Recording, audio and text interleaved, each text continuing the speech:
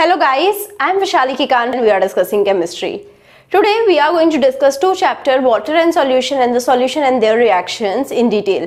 We are going to discuss some problems and some concepts in detail from these two chapters. So let's start our discussion from water and solutions, and we are going to discuss the first question, which states household chlorine bleach is a 0.067 mole per liter solution of sodium hypochlorite, that is NaClO. What mass of sodium hypochlorite is required to prepare 225 ml of bleach? So now the bleach volume is given that is required, so that is 225 ml. So first of all we are going to convert this volume into liter, and for conversion we are going to use the conversion factor 1 liter divided by 1000 ml. So volume of NaClO can be given as 225.0 ml multiplied with the conversion factor 1 liter divided by 1000 ml. So it is giving me 0.225 liters. So this is the volume of NaClO in liter. Now coming to the concentration. So we all know the concentration formula. I discussed this in the last video as well. So the concentration of NaClO is the number of moles of NaClO, or the amount of NaClO divided by the volume of NaClO. So now if I rearrange this formula, I will get the number of moles of NaClO as C into V. So C of NaClO multiplied with the volume of NaClO. So now here the concentration is given, that is 0.067 mole per liter, and the volume we have found out already in liter, that is 0.225 liter. So when I multiply these two, I will get the number of moles of NaClO, which is 0.01508 moles. Similarly, I can find out the mass of NaClO. From the number of moles, I can find out the given mass by multiplying the number of moles with the molar mass. So for the NaClO, we can find out the molar mass to be equal to 74.44 gram per mole, and the mass of NaClO will be the number of moles multiplied with the molar mass. Number of moles we had calculated 0.01508 mole multiplied with the molar mass 74.44 gram per mole, which gives me 1.12 grams. This is the mass of NaClO. Now coming to the dilution calculation. So what is the dilution? Dilution means amount of some water is added to the given solution to make it dilute. So we are adding water to the solution so that the concentration will be changing, whereas the number of moles will remain same. So if this is a general case, when I double the volume by adding the water, what will happen to the concentration? Because concentration is inversely proportional to the volume, the number of moles in the solution will remain constant. If I am adding water to the solution, number of moles of solute will be constant. I am not adding the solute, I am just adding the water. Volume of the solution will increase. If I increase the volume to double, the concentration is inversely proportional to the volume and is constant. So I can say the concentration will become half. So concentration is decreased by a factor of 2 by doubling the volume by adding the water. Similarly, if I increase the volume 10 times, the concentration will be decreased by a factor of 10. Now I need to know what is the change in the concentration or the volume by adding the water, a general formula, right? So these are some cases which we can predict, but whereas we have some other cases also where we cannot predict what would be the concentration. Here the concentration was becoming half, here the concentration was becoming 1 by 10 times, but we need to have a general formula. So dilution will be giving me the amount of the solute that is not changing, right? So when the amount of the solute is not changing in the solution, the number of moles of the solute is also not changing, but volume is changing. So if I know the formula, C is equal to N upon V, so when I have the constant number of moles, so I can say when I am diluting, the number of moles remains constant because the mass of the solute is not changing, the number of moles will not change. So N remains constant, V will increase because water is added for the dilution, and when V is increased, the concentration is decreased because V is increased, and concentration is inversely proportional to volume. So how I can represent N? N is a constant which can be represented by multiplying C with V. So N is equal to C into V. So how I am going to represent the initial concentration? As Cc into Vc, right? So now concentration after dilution will be Cd into Vd, and I know the number of moles will remain constant, right? So here the initial concentration is represented as Cc, initial number of moles is represented as Cc into Vc. The concentration after dilution is Cd, and the number of moles after dilution. So this is also N, this is also N, and this is also N. So when these two are equal to N, I can represent both of them to be equal, right? Because the number of moles is equal to Cc into Vc, also Cd into Vd, right? Before and after the dilution, the number of moles is same. Dilution equation becomes Cc into Vc is equal to Cd into Vd. So this is my dilution equation. CcVc is equal to CdVd. Based upon this, we are going to discuss a question which states what is the final concentration when 250 ml of 16 mole per liter nitric acid solution is diluted to 4.5 liter. First of all, the volume is given in ml. So first of all, I am going to convert this volume of nitric acid into liter. So initially, what is the volume of nitric acid? 250 ml. So I am going to multiply it with the conversion factor 1 liter by 1000 ml, that is 0.250 liter of nitric acid is the initial volume. Right now we will find out Cd. Cd from the dilution equation, you can see Cd will be equal to CcVc upon Vd. So CcVc upon Vd from the dilution equation becomes equal to Cd, right? So we need to find out the concentration after dilution, that is Cd, right? Cc we know, Cc it is given in the question, it is 16 mole per liter. So 16 mole per liter multiplied with the Vc. Vc is 0.250 liter, and after the dilution the volume increases to 4.5 liter. So this is my Vd, 4.5 liter. So you can calculate it, it will be equal to 0.89 mole per liter. So the concentration after dilution will be 0.89 mole per liter from 16 mole per liter. Right, so now coming to the percentage concentration. So percentage concentration is represented as C. C is the quantity of the solute divided by the quantity of the solution. Now this quantity of solute and the quantity of solution could be in the mass or volume, and based upon this we have the different percentage concentration. First is percentage volume by volume, which is represented as percentage V upon V. Right, so it is represented as C V upon V, right? So percentage concentration volume by volume is the volume of solute divided by the volume of solution into 100%. Similarly, we have the percentage of weight by volume. So it is represented as percentage W by V. So percentage W by V is represented as the concentration W by V. It is equal to the mass of solute divided by the volume of solution into 100%. Similarly, we have the percentage weight by weight, which is represented as percentage W by W. Here the concentration W by W is represented in the terms of mass of solute and the mass of solution. So here both the solute and solvent are taken in the form of their masses. Here in the first case, percentage volume by volume, the solute and solution both are taken in the form of volume. Percentage weight by volume is calculated where the mass of solute is calculated, whereas for solution we calculated volume.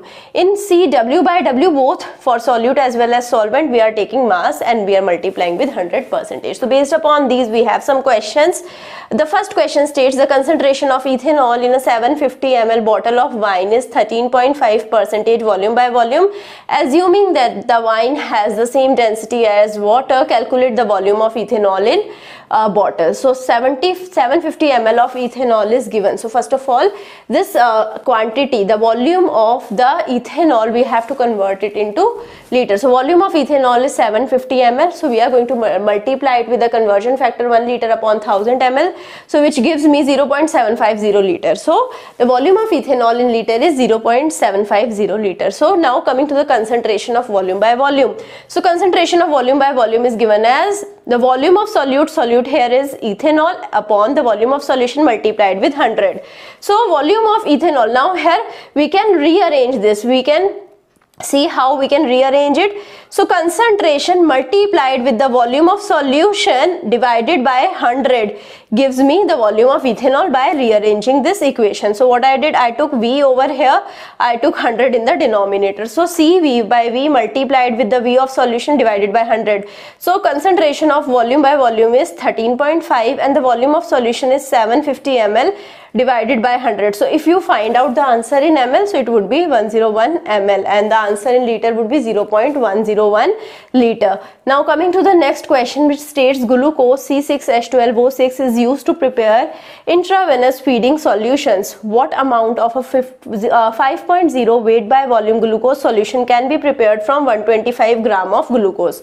So now here mass of glucose is given. So concentration of glucose, we know it is having the formula mass of glucose divided by the volume of solution. So from here I can rearrange it and I can find out the volume of solution, which is the mass of glucose divided by the concentration of glucose. So mass of glucose, it is given 125 gram, right? Here you can see in the question. The concentration is also given, right? So concentration of glucose is also given. What is the concentration of glucose? It is 5% weight by volume. So we can have division by 5%. So we can represent it as multiply with 100 upon 5.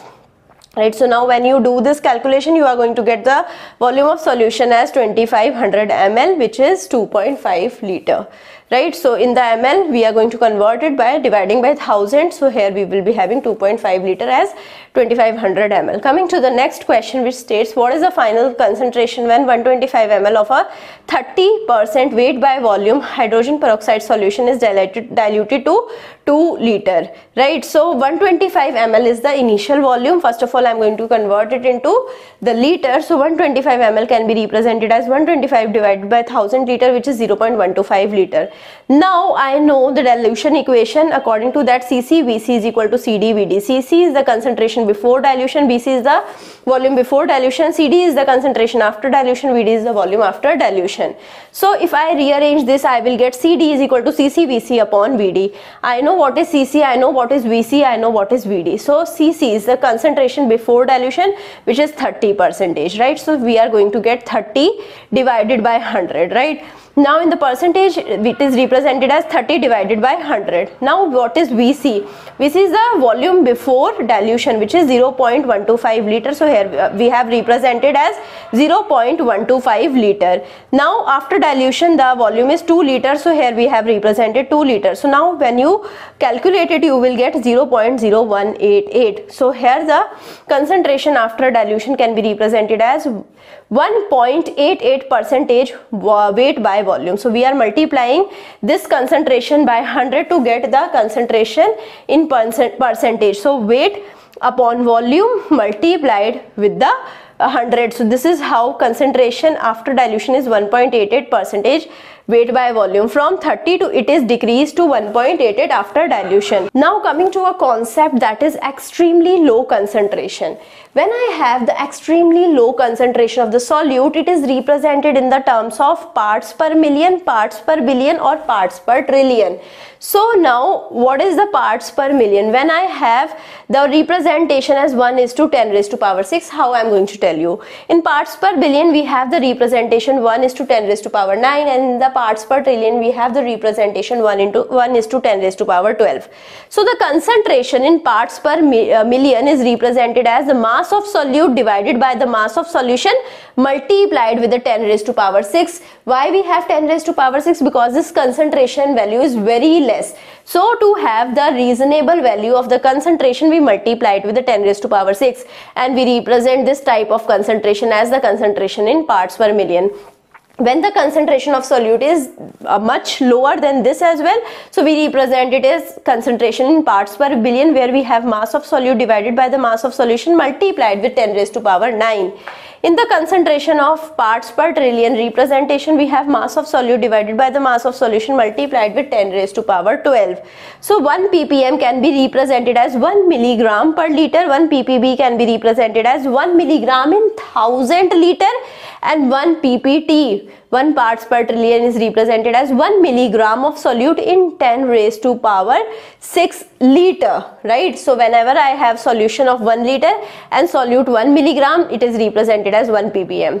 Solution 1000 liter, solute only 1 milligram, it is represented as 1 ppb. Solution 10⁻⁶ liter, solute only 1 mg, it is 1 ppt. Based upon this, we have a question. A 1.5 liter sample of pool water contains 4.5 milligram of chlorine. Determine the concentration of chlorine in parts per million. So I have to find out the answer in parts per million. So concentration in ppm, we have seen the formula. It is mass of solute divided by the mass of solution multiplied with 10 raised to power 6. So here the mass is given in kg. So first of all I am going to convert it into milligram. 1.5 kg is 1.5 into 10 raised to power 6 milligram, right? So the concentration in ppm can be represented as 4.5, right? So here what is the amount of solute? So 4.5, right? Then I have 1.5 liter sample, right? So 1.5 into 10 raised to power 6 mg I can represent it as. So concentration in ppm is 4.5 divided by 1.5 into 10 raised to power 6 multiplied with 10 raised to power 6, which is 3 ppm after calculation. So now coming to the next chapter, which is solutions and their reactions. First of all, I am going to tell you what is the total ionic equation. The total ionic equation is a concept where we are going to represent a chemical equation in which highly soluble ionic compounds are represented by their chemical formulas, right? For example, here we have Ba2 positive aqueous plus 2Cl negative aqueous plus 2Na positive aqueous plus SO4 2 negative aqueous gives BaSO4 solid plus 2Na positive aqueous plus 2Cl negative aqueous. So here if you see this equation, here in the left hand side we have 2Cl negative aqueous, in the right hand side we have 2Cl negative aqueous. In the left hand side we have 2Na positive aqueous, and in the right hand side also we have 2Na positive aqueous. So if you see, we have the ions, same ions present at the left hand side as well as the right hand side, but it is representing the actual reaction that is happening. What are the actual reactants and what are the actual products? All of the reactants and all of the products before cancellation, right? So here if you see over here, we have all of the reactants and all of the product ions also. Here if you see the net electric charge on both of the sides, if you compute the net electric charge on both of the sides, it would be same. So here we have the net electric charge over here, whatever the charge over here we will be having, it would be 0 over here. So plus 2 minus 2 plus 2 minus 2, so it would be 0, and here also we have plus 2 minus 2, which is 0. So net electric charge on the left hand side and the right hand side is same, right, in the total ionic equation. Now coming to the spectator ions. What are the spectator ions? Ions that are not involved in a chemical reaction. So if you see over here, 2Na positive and 2Cl negative are not involved in the chemical reaction, right? So only ions that are involved in the chemical reaction is Ba2 positive and SO4 2 negative, right? Whereas I can cancel out 2Na positive and 2Cl negative from left hand side to the right hand side. So whichever ions you can cancel out in both of the sides, so that are my spectator ions. Now coming to the net ionic equation. The net ionic equation will be the chemical equation that includes only entities that react during the equation. So we are now removing the spectator ions from the equation. So if I see the equation again, Ba2 positive aqueous plus 2Cl negative aqueous plus 2Na positive aqueous plus SO4 2 negative aqueous gives BaSO4 in solid plus 2Na positive aqueous plus 2Cl negative aqueous. Now the spectator ions is 2Cl negative and 2Na positive. We are going to cancel out them in the left hand side and the right hand side, and the net equation now becomes Ba2 positive aqueous plus SO4 2 negative aqueous gives BaSO4 in solid. So this is my net ionic equation. Based upon that we have the questions. The question 1 states, write the total ionic equation and net ionic equation for the reaction that occurs when the solution of lead 2 nitrate and potassium iodide are combined. First of all, I am going to write the formula equation, right? So the formula equation is represented as PbNO32 aqueous plus 2Ki aqueous gives PbI2 plus 2KNO3, right? So what we are doing, we are having the reaction of solution of lead 2 nitrate, this is my lead 2 nitrate PbNO32, and potassium iodide 2Ki, right? So these are solutions, so represented in the form of aqueous. Now I don't know which one of the PbI2 and KNO3 is going to become in the form of precipitate, so here I have not represent the state. So first of all, I am going to check the precipitate with the help of solubility table. With the help of solubility table, we are going to find out the precipitate. Here, when I check these two products, I saw that the PbI2 is having the low solubility. Whatever compound is having the low solubility is going to come out as a precipitate. So PbI2 here is coming out as a precipitate. So the formula equation becomes PbNO3 2 aqueous plus 2Ki aqueous gives PbI2 in the solid as a precipitate. So PbI2 was precipitate represented as solid plus 2KNO3 which is represented as aqueous. Now 2KNO3 is an ionic compound and here it is present in the aqueous form. So in the water it is going to dissociate into the ion. So I can represent the total ionic equation. PbNO3 2 can be dissociated in the form of Pb2 positive aqueous plus 2NO3 negative aqueous. Similarly 2Ki aqueous can be represented as 2K positive aqueous plus 2I negative aqueous. So here PbI2 is precipitate which is in solid form, so it is represented as it is PbI2 in solid. Again 2KNO3 aqueous can be represented as 2K positive aqueous plus 2NO3 aqueous. Now what I am going to do, I am going to cancel out the spectator ions. Spectator ions are the ions which are present in the left hand side and the right hand side. So if you see 2NO3 negative, 2NO3 negative is present here also. 2K positive and 2K positive is present in both left hand side and the right hand side. So we are going to cancel out them and the net ionic equation becomes Pb2 positive aqueous plus 2I negative aqueous gives PbI2 in solid. So I hope you understood this question really well. Now coming to the next question which states write the net ionic equation for the reaction that occurs when aluminium metal is placed in a solution of copper to chloride. Copper to chloride is CuCl2. First of all, we are going to start with the formula equation.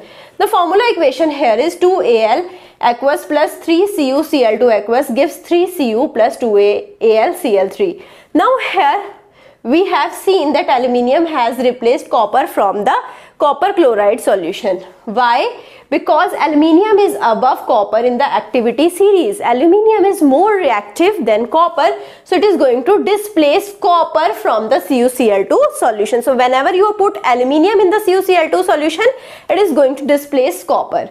Right, so this is the reaction that we have. Now first of all we have to find out what is the precipitate and what is the aqueous solution. Right, over here if you see the products we have 3Cu. Copper is a metal, metal always is in the solid form, right? So chloride compound over here, all of the chloride compound will be having higher solubility and the compounds which are having higher solubility cannot be precipitated out.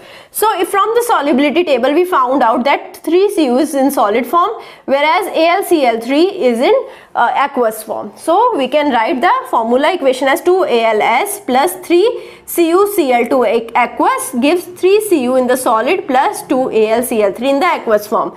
Now in the aqueous CuCl2 is going to dissociate to form 3Cu2 positive and 6Cl negative aqueous. So we can represent the ionic equation and here AlCl3 is also dissociated as 2Al3 positive plus 6Cl negative aqueous.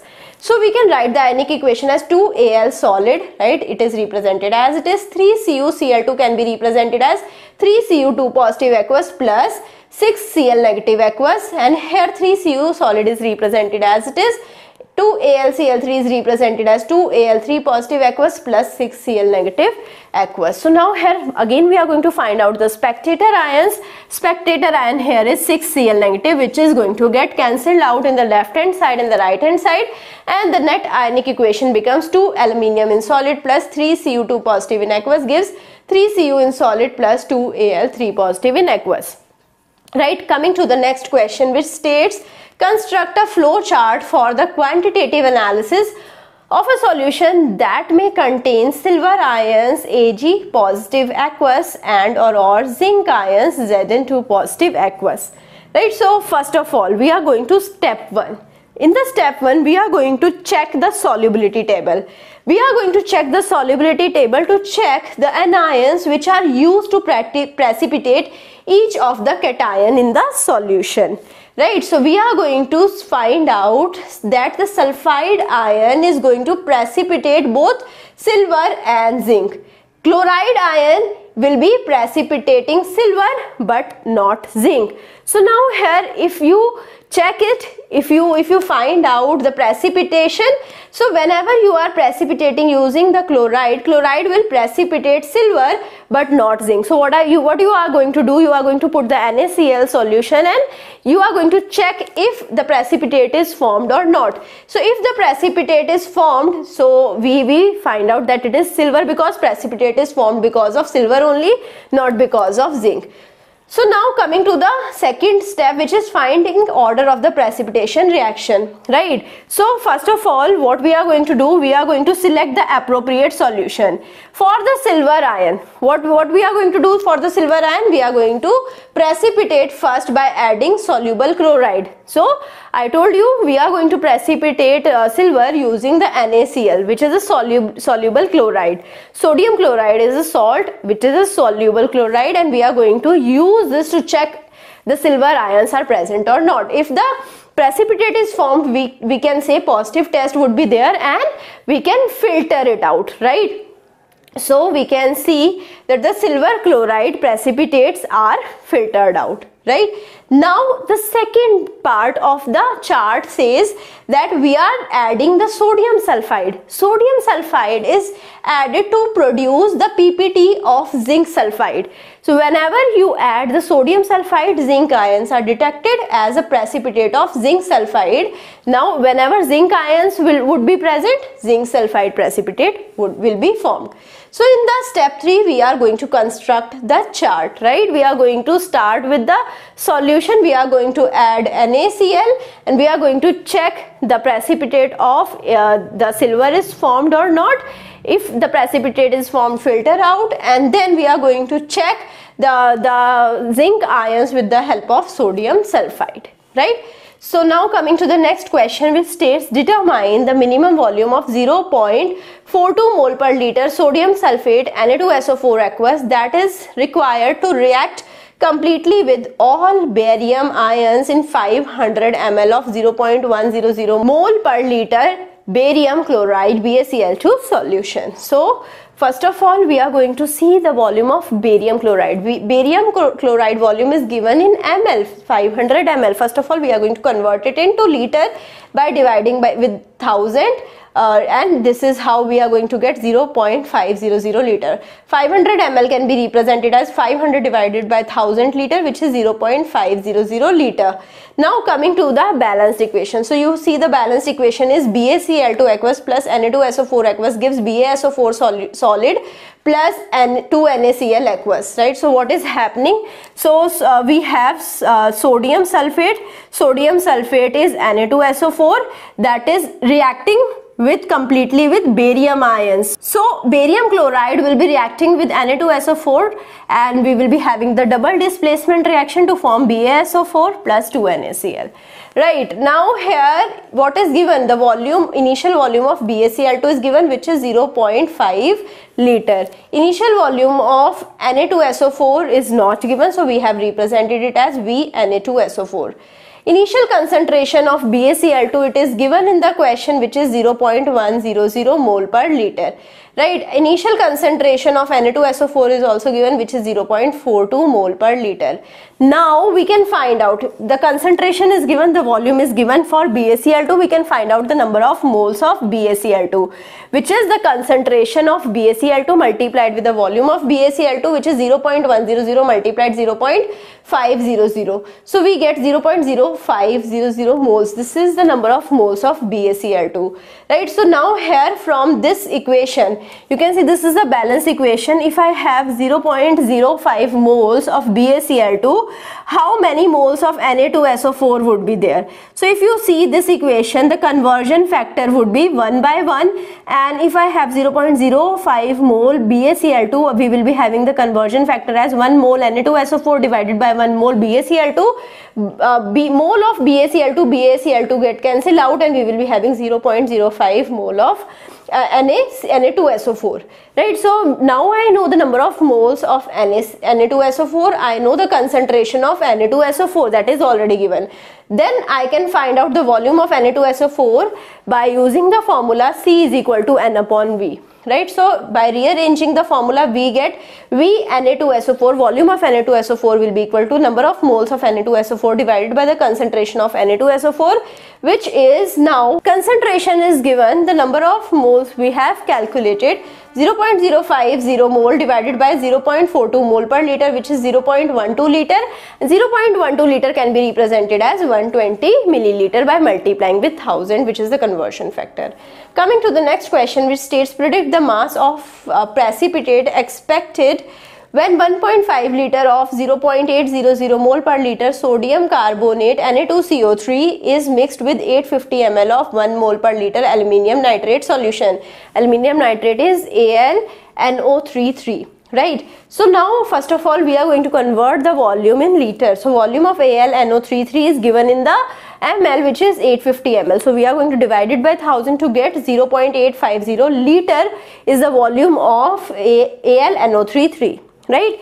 Now we are going to see the equation. The balance equation is 3Na2CO3 aqueous plus 2AlNO33 aqueous gives Al2CO3, 3 solid plus 6 NaNO3 aqueous. Now here what we have to find out? We have to find out the mass of Al2CO3. Right, what is given? The volume of Na2CO3 is given, the volume of AlNO33 is given. So volume of Na2CO3 is given 1.5 liter. So it is given in the question. Volume of AlNO33 is given 850 ml. So here we can represent it as 0.850 liter. Right. So concentrations are also given for Na2CO3, which is 0.80 mole per liter, and the concentration of AlNO33 is also given, which is 1 mole per liter. Now because the concentration and the volume of both of the reactants are given, we need to find out the limiting reactant. First of all we are going to find out the number of moles of both Na2CO3 and AlNO33. So number of moles of Na2CO3 will be the volume multiplied with the concentration. So it would be 1.5 into 0.8. So 1.5 liter multiplied with 0.8 mole per liter gives 1.2 mole. The number of moles of AlNO33 is 0.850 liter multiplied with 1 mole per liter, which is 0.850 mole. Now I know the number of moles of Na2CO3 and AlNO3. Now I am going to find out the limiting reactants. I am going to find out the number of moles of Na2CO3 that are required, right, to react with the number of moles of AlNO33, right. So number of moles of AlNO33 I am going to take as 0.850. I am going to find out how many number of moles of Na2CO3 are required. So we are going to have the conversion factor 3/2. So we will be having 0.85 into 3/2 mole, which is 1.28 mole. The number of moles of Na2CO3 given is 1.2 mole that we have calculated. Required is 1.28 mole. So here you can see the number of moles of Na2CO3 is lesser than what is required to react with the 0.850 mole. So here I can say number of moles of AlNO33 is more. I can say AlNO33 is in excess, and I can say Na2CO3 is the limiting reagent. So I am going to take the number of moles of Na2CO3, and according to that I am going to find out the number of moles of Al2CO3. So here we can see here the conversion factor would be 1/3. Here the coefficient is 3. Here the coefficient is 1. So number of moles of Al2CO3 produced would be number of moles of Na2CO3 present divided by 3. So 1.2 mole divided by 1/3 multiplied with 1/3, we will be getting 0.40 mole. So the number of moles of Al2CO3 produced is 0.4, and I know the molar mass of Al2CO3, that is 233.99 gram. I will multiply the molar mass with the number of moles to find out the given mass. So 0.4 multiplied with 233.99, it is 93.6 grams. So this is how we can calculate the mass of Al2CO3. I hope you understood all of the things that I have discussed. So in the next video we are going to discuss the final question based upon this chapter, and then we will move to the next chapter. Thank you so much.